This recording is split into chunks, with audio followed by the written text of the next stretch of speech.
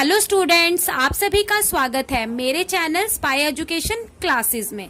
आज हम करेंगे स्टूडेंट्स क्लास 4th हिंदी का चैप्टर फर्स्ट मन के भोले भाले बादल के एक्स्ट्रा प्रश्न उत्तर। तो चलिए शुरू करते हैं। मन के भोले भाले बादल, इसके हम करेंगे सबसे पहले प्रश्न उत्तर। तो चलिए पहला है प्रश्न, बादलों के बाल और गाल कैसे हैं? तो इसका उत्तर है बादलों के बाल झब्बर झब्बर और गाल गुब्बारे जैसे हैं। दूसरा प्रश्न है, बादल कैसे कैसे दिखाई देते हैं? तो इसका उत्तर लिखोगे आप, बादल जोकर, हाथी, ऊंटों और परियों जैसे दिखाई देते हैं। तीसरा प्रश्न है, बादल क्या क्या करते रहते हैं? तो इसका उत्तर लिखोगे, बादल शैतानी करते हैं, पानी बरसाते हैं, ढोल बजाते हैं। चौथा प्रश्न है, बादल भले क्यों लगते हैं? इसका उत्तर लिखोगे, क्योंकि बादल मन के भोले भाले होते हैं। आगे बढ़ते हैं। आगे अब हम करेंगे प्रसंग सहित व्याख्या। यहाँ पे आपको कविता की कुछ पंक्तियां दी हैं, तो आपने इनको पढ़कर इसकी प्रसंग सहित व्याख्या लिखनी है। तो चलिए सबसे पहले देखते हैं। कुछ अपने थैलों से चुपके झर झर झर बरसाते पानी, नहीं किसी की सुनते कुछ भी, ढोलक ढोल बजाते बादल। तो इसकी सबसे पहले हमने प्रसंग लिखना है। प्रसंग में हम क्या लिखते हैं बच्चों? प्रसंग में हम लिखते हैं कि ये जो आपकी कविता है ये कौन सी पुस्तक में लिखी गई है, और कविता का नाम क्या है, और कविता लिखने वाले यानी कवि का क्या नाम है। तो चलिए देखते हैं प्रसंग। ये पंक्तियां हमारी हिंदी की पुस्तक रिमझिम 4 की कविता मन के भोले भाले बादल से ली गई है।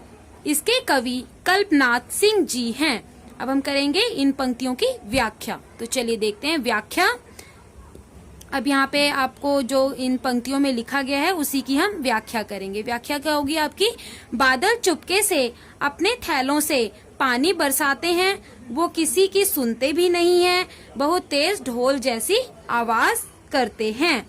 तो ये थी आपकी इसकी व्याख्या। अब दूसरा देखते हैं, दूसरी पंक्तियां कौन सी हैं? कभी कभी जिद्दी बन करके बाढ़ नदी नाला में लाते, फिर भी लगते बहुत भले हैं मन के भोले भाले बादल। अब इसका जो प्रसंग है बच्चों, ये आपने ऊपर वाला ही जो आपका प्रसंग है वही सेम रहेगा, तो ये प्रसंग आपने दोबारा यहाँ पर लिख लेना है। अब हम इसकी करेंगे व्याख्या। कभी कभी बादल बहुत जिद्दी बन जाते हैं, बहुत तेज वर्षा लाते हैं, जिससे नदी नाला में बाढ़ आ जाती है। नालों, यहाँ पे आप नालों लिखोगे, नालों में बाढ़ आ जाती है, परंतु फिर भी ये बहुत भले लगते हैं, क्योंकि ये मन के भोले भाले बादल होते हैं। तो ये थी हमारी प्रसंग सहित व्याख्या। आगे देखते हैं। अब आगे है वाक्य बनाओ। पहला है झूम झूम कर। तो इसका वाक्य क्या बनेगा? आसमान में काले बादल झूम झूम कर आते हैं। आगे है दूसरा, रह रह कर। काले बादल रह रह कर शैतानी करते हैं। तीसरा है नदी नाला।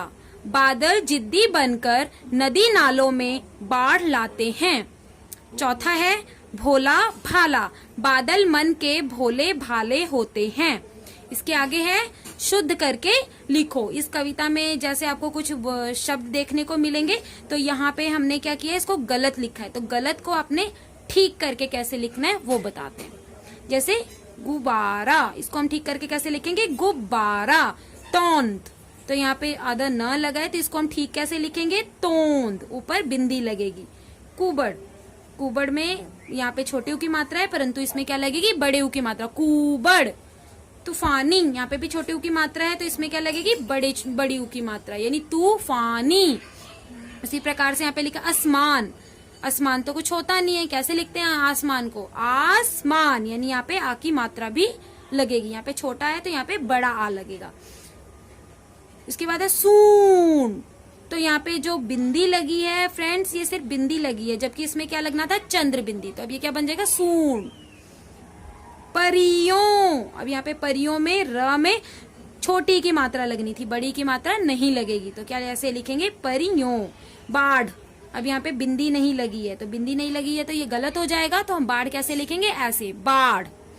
तो आई होप आपको ये वीडियो पसंद आई होगी। अगर आपको ये वीडियो पसंद आई है तो प्लीज चैनल को लाइक कीजिए, शेयर कीजिए, सब्सक्राइब कीजिए।